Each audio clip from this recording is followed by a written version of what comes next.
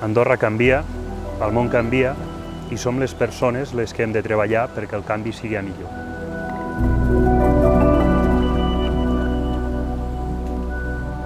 El canvi que impulsem des de quilòmetre zero és el relacionat amb el consum d'aigua i sobretot amb un canvi encarat a reduir el consum d'aigua embotellada en plàstic.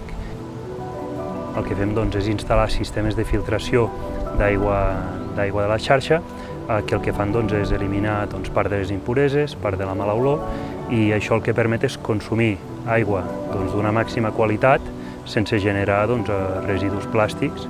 El canvi és important, per una banda, per nosaltres per qüestió d'emergència climàtica, però també per poder avançar en solucions, que generin consciència, que siguin innovadores.